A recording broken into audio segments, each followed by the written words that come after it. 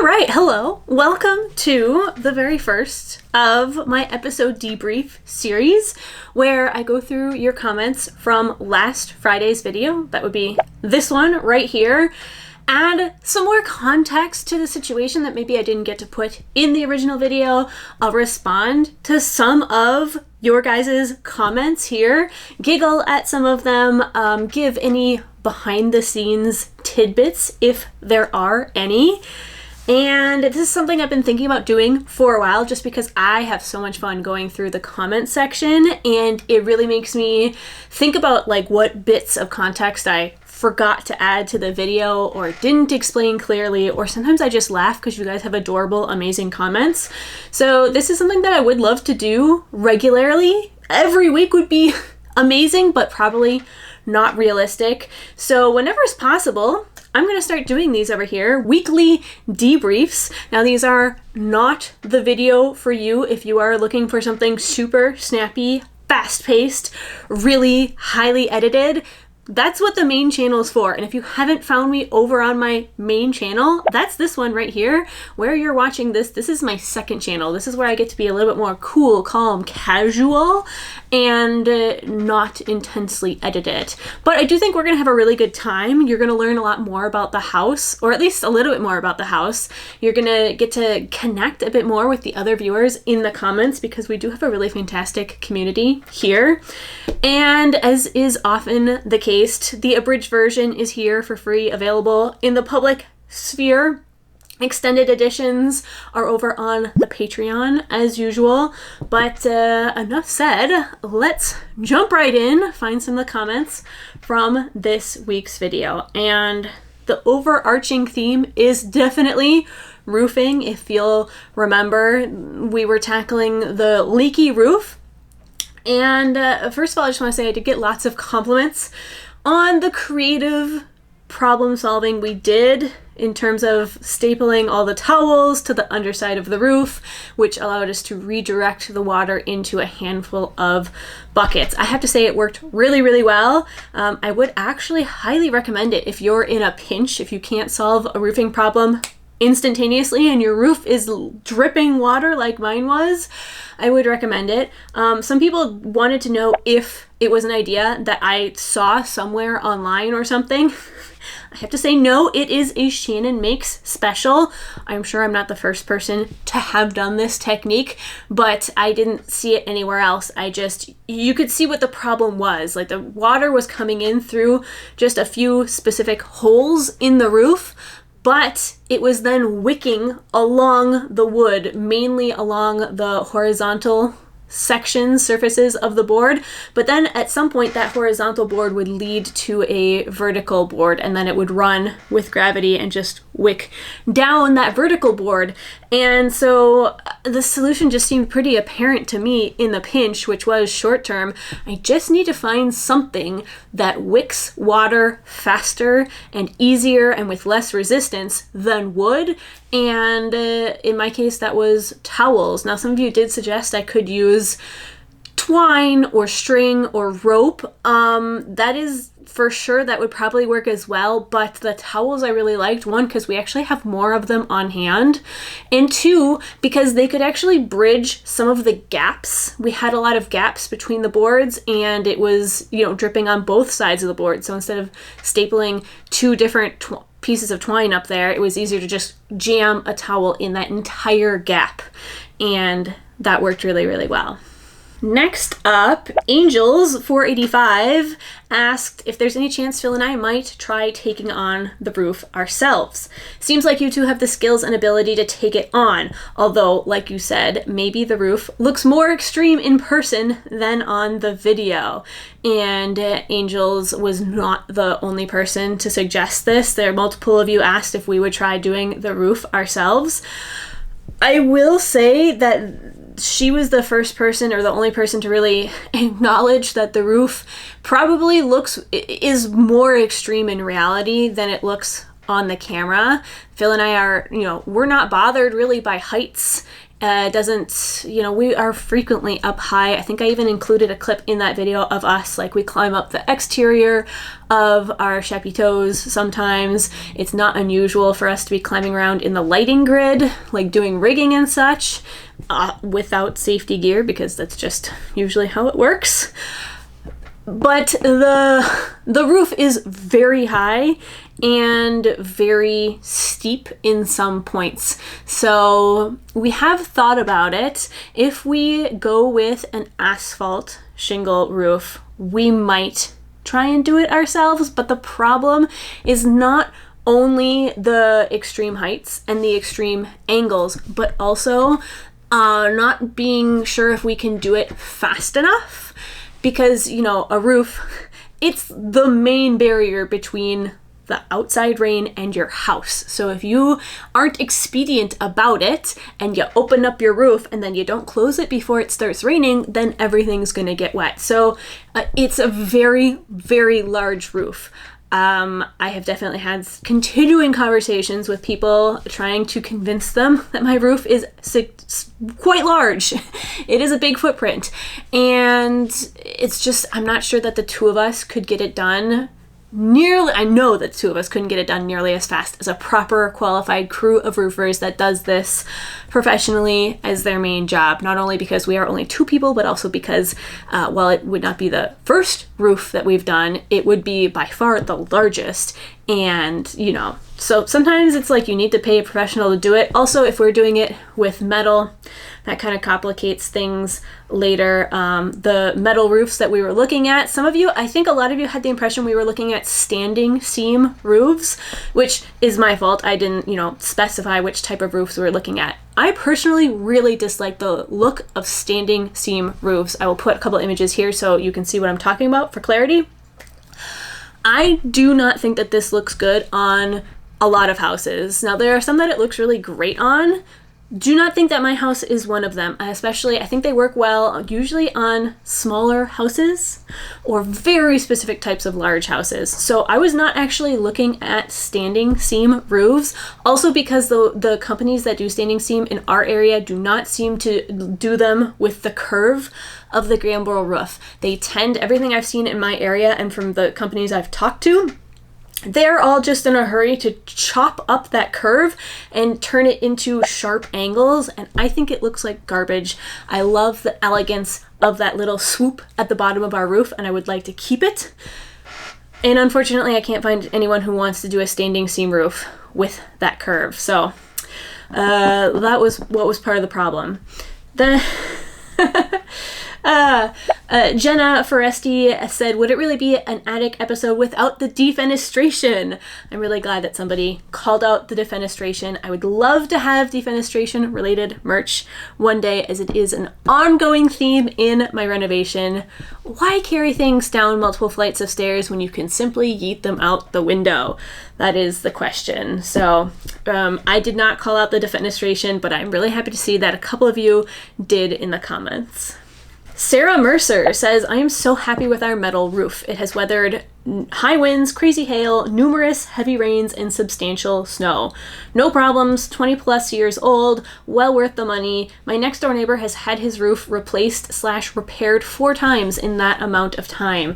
Yeah, this is definitely part of like the existential crisis I'm having, because besides being ecologically friendly, metal roofs, at least the type that I'm looking at, are known to last far longer, especially in the Nova Scotia climate where we get hurricanes, we get hurricane level winds.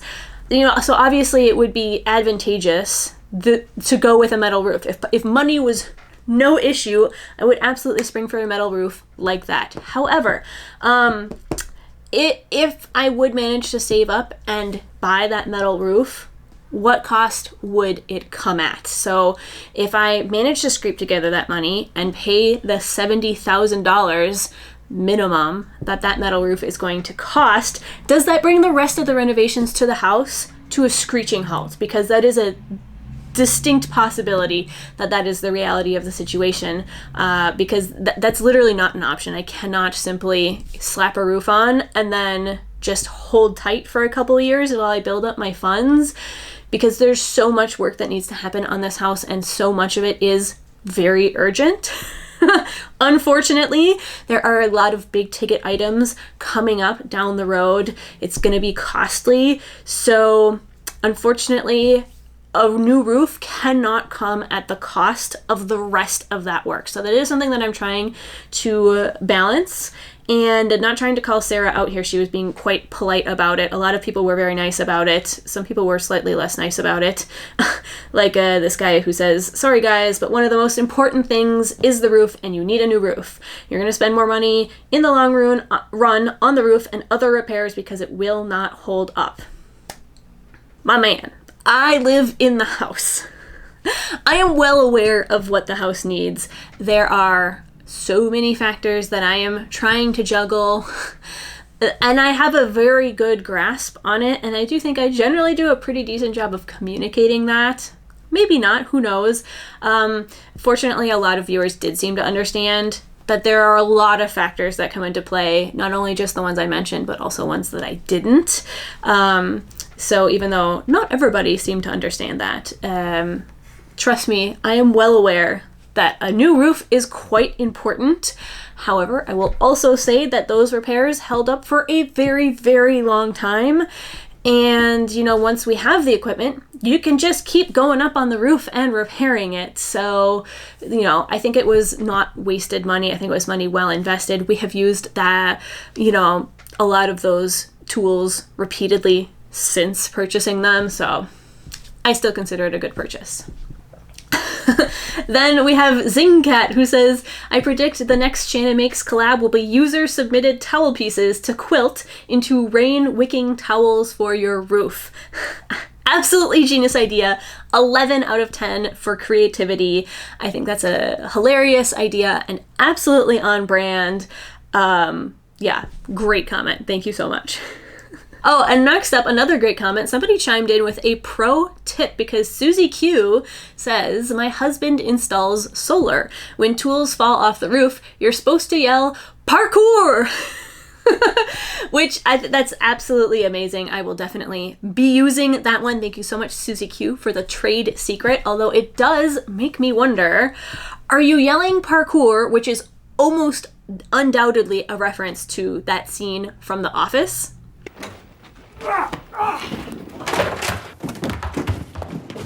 Michael, parkour! Parkour! Extreme! Parkour! Parkour! Are you yelling parkour because the tool itself is doing the parkour as it hits a lot of things falling off the roof?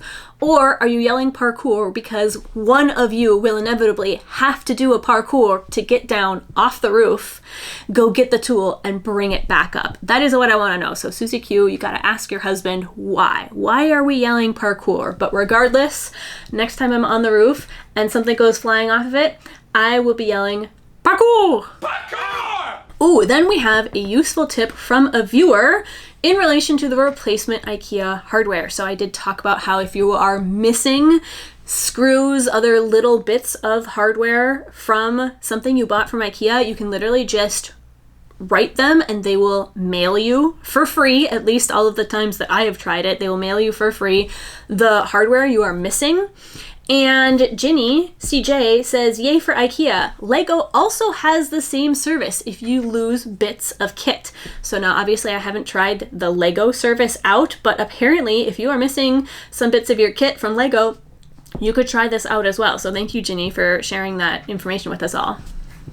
Miss Neverboring says, must have so upset you that you temporarily lost your spelling ability. Surprise! I'm completely confused as to what this viewer meant. I even asked them for clarification. I mean, out of pure curiosity, right? Because it's not like I can go back and change it now. Once the video is uploaded, I can't change any of the on-screen text that I put there, but I was curious because I'm generally pretty decent with spelling, even though I do have a few words that are, you know, absolutely that Achilles heel. They're my kryptonite. Don't ask me to spell desperate on screen. Cannot spell desperate to save my life, even though I am an English major. But they never responded, so it's a mystery what it was that I misspelled. I'm not sure that this was particularly a useful comment, but they felt it was important to point out, so Oh, and then this comment absolutely won the internet for me that day. And it's by Laura Lake, who says, picturing you on the roof with a chatelaine of roofing tools on your safety harness, pry bar, hammer, adhesive gun, all rattling along as you ride the ridge line. Genius comment, absolutely perfect, ties in my love of historical fiction with my love of renovation. So for context, a chatelaine is kind of like the Victorian woman's Swiss Army knife. It was a sort of decorative hook that you would wear, women mainly would wear at their waist, and it had a bunch of chains coming off of it, and then attached to each chain was kind of a useful household tool. So, you know, baby scissors for sewing, thimbles, keys, pocket watches, all those kind of really fun things. If you want to go down a rabbit hole, Google Victorian chatelaines. There are some really fun things that women carried on their belts. So this modern day equivalent with pry bars and hammers and, you know, the tar and all of that rattling along as I ride the ridgeline united, you know, absolutely my love of historical fashion, which is how I got my channel started, and then my love of modern day renovation. Genius comment, hands down the best one I got on this video. Thank you, Laura. Ooh, okay, here is a very interesting one that I kind of wanted to dissect and talk about in a little bit of a tangential function. So Karen suggested that I make a quilt and raffle it off to my viewers to raise money for the roof fund. Every $5, for example, buys a chance to win. So I'm not actually going to talk too much about the main issue that Karen is talking about, which is some form of crowdfunding to raise money for a new roof, because I got so many very kind and very thoughtful suggestions on various ways to raise money for the roof that I will be addressing it on the main channel in a week or two. But I did want to go into one of the reasons why I won't be doing a quilt raffle specifically, because I think it touches on another really interesting topic, which is how do we price handmade goods? Because if we're going to be completely blunt, and this is no judgment on Karen at all, I think it was a really genius idea, really creative, thinking outside the box. You know, she knows that I'm into sewing and I've made quilts in the past, so this is not at all a judgment on Karen. It's just a really great opportunity to look at this topic, which is how do we price handmade goods? Because quite honestly, I highly doubt that I would raise enough money to get a fair price for the quilt, which is why I won't be doing it. I mean, among other reasons, I don't have time to make a quilt. That's another one. So one of the common formulas that I see online for how to price handmade goods is you take the material cost and you add 20% to it. And that 20% kind of includes things like the time that you spend selecting the fabric and ordering the fabric. It goes towards miscellaneous costs like the electricity to run your sewing machine and to run the lights in your studio while you sew, the water for washing all the fabric, things like that, wear and tear on your machine. So that's what the 20% goes to. So material cost plus 20%. And then you also have to add in your hourly rate plus or times the amount of time that you spend on it. So quilts, I mean, even if you do the most basic pattern quilt, it takes a really long time. You have to wash and prep all your fabric, iron it back out, cut it all down to the same size, sew it all together, and then you have to do the actual quilting, joining it to a backing with some wadding in between. That's not cheap. How are you going to quilt it? If you quilt it by hand, it takes forever. If you want to take it to a machine that will quilt it for you, then you have to pay money for that. So like fair price for a handmade quilt, even the most basic one with like really large squares, is going to be like minimum $500. Not to mention, again, the time factor. That's going to be, I don't even know that I could accurately try to estimate how much time it would take me to do a quilt, but it would be a really long time. So am I confident that I would make that money back from a raffle? Unfortunately, not. I'm not particularly confident. Oh, do I need to adjust my exposure? Yeah, there we go. Sorry if I was blown out a little bit there. It's not that I don't have faith in this community to pull together and to raise money, because I absolutely do. You are amazing, and you have already pulled together to support me in various ways throughout the course of my channel. It's more like a quilt is a really specific item to want to have. You have to like the fabric, you have to like the color combinations, you have to like the pattern that I choose, and be willing to drop some money on that quilt. And I'm just not super confident that I would make the money back, not even like accounting for a profit margin, because the profit margin is not actually factored into this equation here. This is really just bare bones material cost and hourly wage. So that's why I'm not going to be doing that. But I did think it was kind of an interesting moment to take a look at how are we pricing handmade goods? Why are handmade goods so expensive? Now, this would have been a more effective argument if I had made quilts in the past and would have a time estimate for you. But I mean, I'm willing to bet it would take at least 25 to 30 hours to put a quilt together. And if you want to say that I charge $25 an hour for my labor, which is really middle of the line in terms of crafted, like skilled artisanal labor. Plumbers these days charge, $100 an hour. And then not to mention that's time that I'm taking away from the house, that I'm taking away from editing. It just doesn't seem feasible. Again, no judgment here on Karen. I think it was a great idea. You lose nothing by suggesting it. Just thought it was an interesting perspective to like a moment to take a look at this. I did see actually a quote online once that I absolutely loved, which is that making a quilt is a lot like sex. If I love you, it's free, and if I don't, you can't afford it.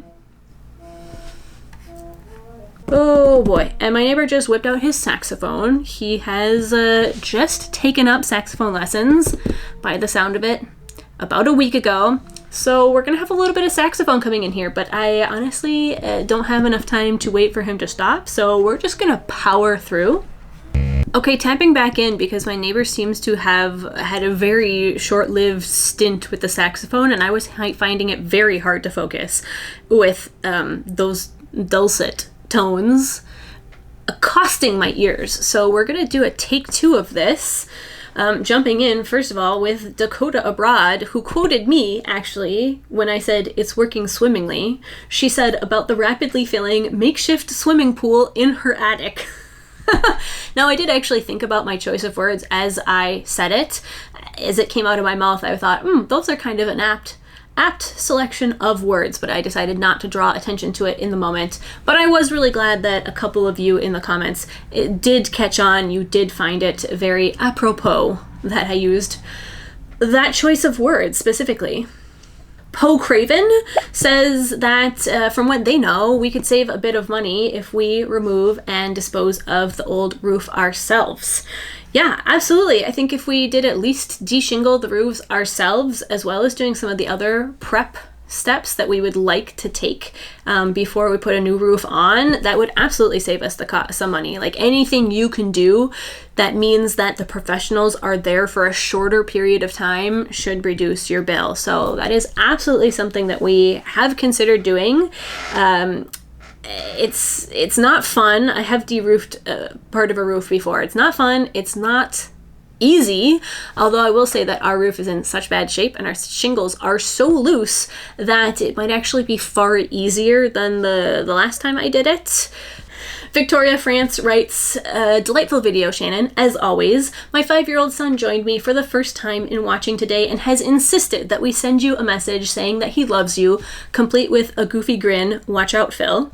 So much love from Samuel in North Carolina, where we're busy fixing up our own historic home. Well, thank you so much, Samuel. I'm glad you are enjoying the videos. We really appreciate that you watch it and that you enjoy hanging out with us, and a big love from here in Canada. I think this is absolutely adorable. I love this comment. I always love it when people tell me who in their household has joined them to watch my videos. I know that some of your spouses have slowly been sucked into joining to watch my videos. In some cases, it's a whole family affair. There are kids that get involved. Oftentimes, it's your pets. I know there are a lot of dogs and cats both out there that really enjoy watching Canal. Also, at least one rabbit. And of course, it is sometimes kids. In fact, this is actually the second child in 2 weeks that has been specifically mentioned to us in the comments, and they both especially love Phil. So thank you so much to everybody who is watching us and joining us, and Samuel, really appreciate it. Thanks for saying hi. In what has to be the most Canadian comment ever, Marnie Parney says that we should have boiled down the liquid in the pails to get maple syrup. Now, yeah, obviously, you know, when you make maple syrup, you take the sap from the maple trees, and I know the ratio is roughly like 40-1, so it takes 40 gallons of sap to be boiled down into 1 gallon of syrup. I also know that there's other trees that you can make syrup from. So birch is a big one. Also, I just learned that you can tap black walnut trees. They have slightly different ratios for how much you have to boil them down, different sugar levels, different tastes and stuff, which does make me wonder what the proper ratio for boiling down to roof syrup is. Patty says, we had safety hooks added to our roof when we had to redo ours. I think it was just over $50. Definitely worth it for us. Okay, so I am assuming that you are talking about roof anchors like this here. If you're not and you're watching this video, feel free to correct me. And so it would be some version of this, but permanently installed onto the roof so that, you know, we could safely access it and do maintenance in the future, which I think is a very clever idea. I've never heard of it before, but it seems kind of genius, honestly, especially on a shingled roof, like an asphalt roof. I don't know if it would be necessary or even allowed on a metal roof, but I will absolutely be looking into that and keeping that in mind if we do go with asphalt, because seems very practical. Acerola started off with a line that is absolutely my type of humor. They wrote, "Insert a hot shingles in your area joke." Absolutely on point. Did get a good chuckle out of that. But then the rest of the comment is really just about soaking in how sparsely populated Nova Scotia is, which, first of all, I love it when people take some tidbit of knowledge or information from one of my videos and then follow it further outside of the video. Same with the Australian viewer, for example, who went down the asphalt roof shingle rabbit hole. But yeah, there's nobody here. It's pretty wild. It could be great if you are an introvert, for sure, but it does also come with downsides. So things are more expensive. Definitely, it's harder to get things in large quantities here because, you know, there aren't enough people to buy things fast enough off the shelf so that you can ship in big enough quantities for you to get a price reduction. So stuff's more expensive. It is farther away. You have to own a car, which is unfortunate. I realize if you're watching this from the US and many parts of Canada, this is probably nothing new to you, but I personally never wanted to own a car. It was always actually kind of an informal goal of mine to not have to own a car. And I did successfully make it my entire life without one until, of course, I bought the house. And then I had to get one because, well, first to get myself from Montreal to the house, but then also once we were there to do things like, you know, going on hardware runs, lumber store runs, going to get plumbing supplies, all that kind of stuff. So, sad reality of life, but yeah. There's nobody here, and pros and cons. Let me know if you had fun with this format of video. Once again, the longer version is going to be over on my Patreon if you want to check that out. But I intend to try to keep doing some of these in the future as much as my schedule allows. Didn't have any really fun behind the scenes tidbits for you on this one, but I know going forward there are some videos that are going to have some more like behind the scenes stuff that didn't make it into the final cut. So you know, just figured it was another fun way for me to go through the comments. I really enjoy the community that we've got here, and I thought this could be another way to actually bring in a little bit more community, react to some of the comments. You guys can give your input down in the comments below here, continue the conversation down there. So that's going to be it for me for this week. Thank you so much for watching, and I will catch you in the next video, whenever that may be. Bye!